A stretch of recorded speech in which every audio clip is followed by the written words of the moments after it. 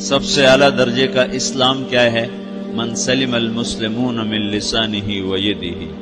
زندگی میں یہ طے کر لو، کوئی کتنا ہی تمہیں دکھ پہنچائے، کوئی کتنا ہی تمہاری بےعزتی کرے، چپ ہو جاؤ، سہ جاؤ۔ مرنے والے کی کیا عزت، کیا ذلت، میں نے تو مر کے دیکھا ہے، اور مجھے یہ حدیث سمجھ میں آئی ہے بڑی اچھی طرح، موتوا قبل ان تموتوا، کہ مرنے سے پہلے مر جاؤ۔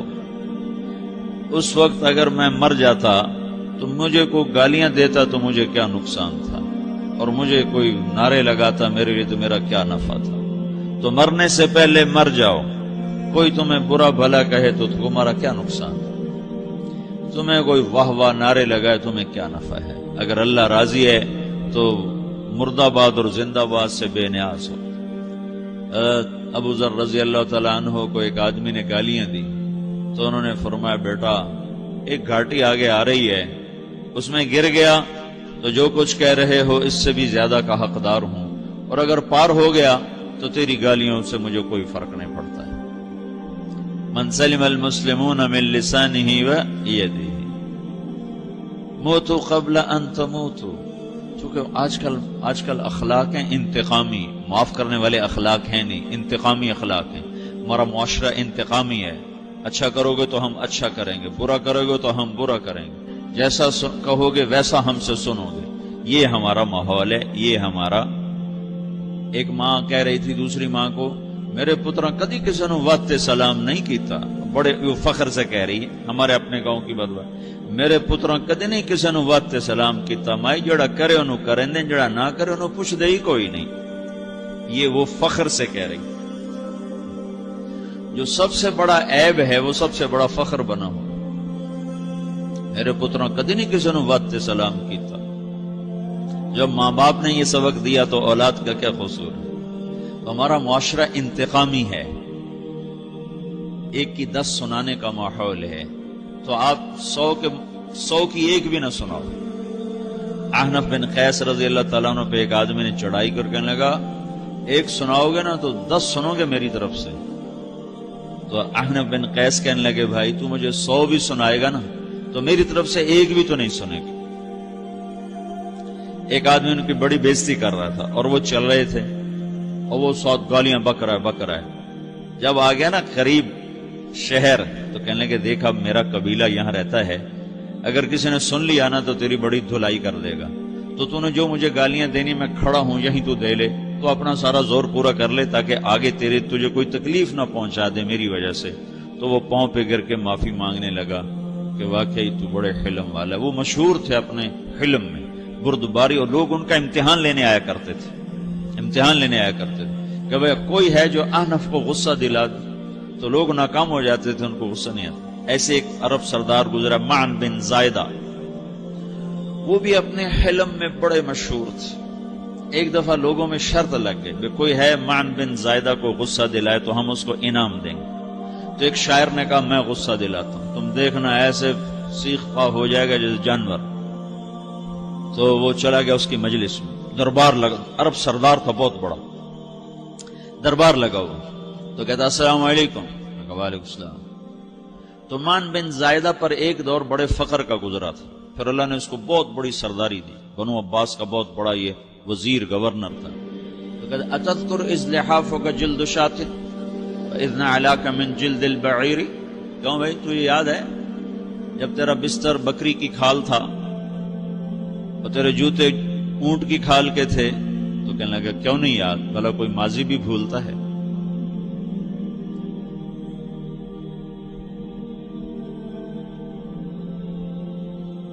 تو وہ کہنے لگا پہلا وار تو خطا گیا، کہ سبحان الذی اعطاک ملکا وعلمک الجلوس علی السریر۔ تو پھر ساری تعریفیں تو اللہ کی ہیں جس نے تیرے جیسے کو تخت پہ بٹھا دیا۔ کہاں بھئی ساری تعریفیں اللہ کی ہیں، میری تو کوئی اوقات نہیں۔ تو کہنے لگا سأرحل عن دیار انت فیہا وان جار الزمان علی الفقیر، جہاں تیرے جیسا حکمران ہو وہاں مجھے رہنا گوارا ہی نہیں ہے، میں یہاں سے چھوڑ کے نکل جاؤں گا چاہے کتنی تکلیف اٹھاؤں۔ بڑے دربار میں یہ ایک گورنر اور وزیر سے بات ہو رہی ہے، تو وہ کہتا ہے اچھا بھائی اگر تو ہمارے پاس رہے گا تو ہم تیرا اکرام کریں گے، اور اگر تو جانا چاہتا ہے تو پھر رافقت کا سلام، تو وہ یہ بار بھی خالی گیا تو پھر کہنے لگا فجد لی یبن ناقصۃ بمال،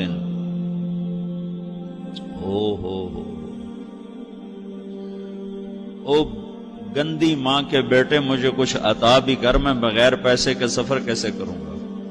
عرب کو کسی کو بھی ماں کی گالی دے دینا اور پھر عرب سردار ہو. فجد لی یبن ناقصۃ بمال، بری ماں کے بیٹے مجھے کچھ پیسے بھی دے، میں نے جانا ہے. میں کہا بھائی اس کو 3000 دے دیا جائے. اللہ، تو کہنے لگا قلیل ما آتیتنی و انی لأطمع منک فی الکثیر، یہ تو بہت تھوڑا تو نے دیا ہے، مجھے اور دے. کہا اچھا بھائی 3000 اور دے دو. تو وہ شاعر کی بھی آنکھیں پھٹ گئیں. کہنے لگا اب ٹھہر جا ٹھہر جا، اب میں تیری اصل تجھے بتاتا ہوں. سألت اللہ ان یبقیک ذخرا فما لک فی البریۃ من نذیر، میں اللہ سے دعا کرتا ہوں اللہ تیرے جیسوں کو سلامت رکھے، تیرے جیسا دنیا میں کسی ماں نے جنا ہی کوئی نہیں. فمنک الجود والافضال حقا وفضل یدیک کالبحر الغزیر، تو ہی سخی ہے، تو ہی کریم ہے، اور سمندر بھی تیری سخاوت کے آگے کچھ نہیں ہے. تو نے کہا اچھا بھائی تو نے ہماری برائی کی، ہم نے تمہیں 6000 دیے، اب تو نے ہماری تعریف کی، ابھی 10,000 اور دے دو اس کو. باتیں ہی رہ گئیں، باتیں ہی رہ گئیں. کہاں سے لائیں ایسے لوگ؟ ہمارا معاشرہ انتقامی ہے، بدلہ لینے کا ہے، بدلہ لینے کا. تو میرے ساتھ کیا میں نے بھی کرنا ہے. اعلیٰ درجے کا اسلام یہ سکھا رہا نہیں چپ ہو جاؤ، سلام مت بن جاؤ، سلامتی بن جاؤ، سلامتی کی علامت بن جاؤ. من سلم المسلمون من لسانہ ویدہ.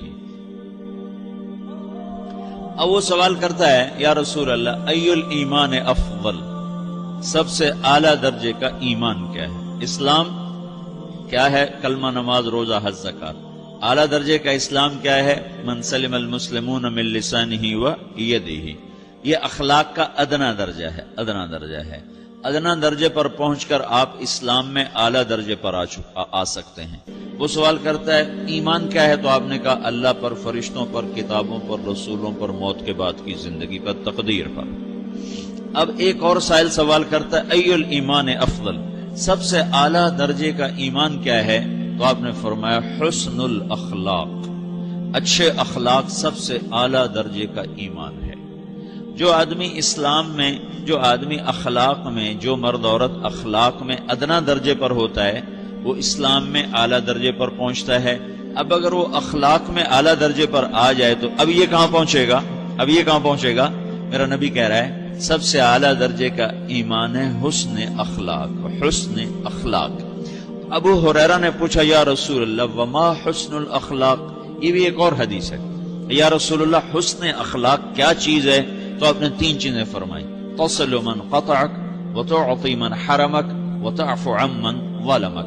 جو تم سے توڑے نہ تم اس سے جوڑو. نہیں کرتا سلام نہ کریں، کوئی ہم چھوٹے باپ کے ہیں؟ ہم تو کبھی بھی نہ کریں، ہم تو کبھی بھی نہ منہ تھوکیں بھی نہیں ہم تو میرا نبی کہہ رہا ہے جو توڑے تم اس سے جوڑو، جو محروم کرے اسے عطا کرو، جو زیادتی کرے اس سے درگزر کرو. یہ 3 کام جو عورت مرد کر لے گا یہ اخلاق کے اعلیٰ درجے میں ہے.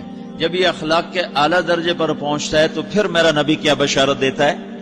ادنا درجے پر پہنچ کر تو اعلیٰ مسلمان کی بشارت ہے، اور اخلاق میں اعلیٰ درجے پر پہنچ کر میرا نبی کہتا ہے کاد الحلیم ان یکون نبیا، اعلیٰ اخلاق والا بس نبی بنتے بنتے رہ جاتا ہے. اعلیٰ اخلاق والا ایسے ہے جیسے کہ نبی، قریب ہے کہ وہ نبی بن جائے. یہ تو ہے نا ترجمہ، لیکن ہم ہمارے اردو میں کہتے ہیں وہ نبی بنتے بنتے بنتے رہ گیا. کیا مطلب؟ کہ اس میں اور نبی میں صرف نبوت کا فرق رہ جاتا ہے، باقی وہ سب کچھ حاصل کر لیتا ہے. تو یہ سارے دین کا میں نے آپ کو خلاصہ بتایا ہے کہ میری آپ کی ضرورت ہے کہ میرا اسلام اعلیٰ درجے کا ہو، من سلم المسلمون من لسانہ و یدہ، میرا ایمان اعلیٰ درجے کا ہو۔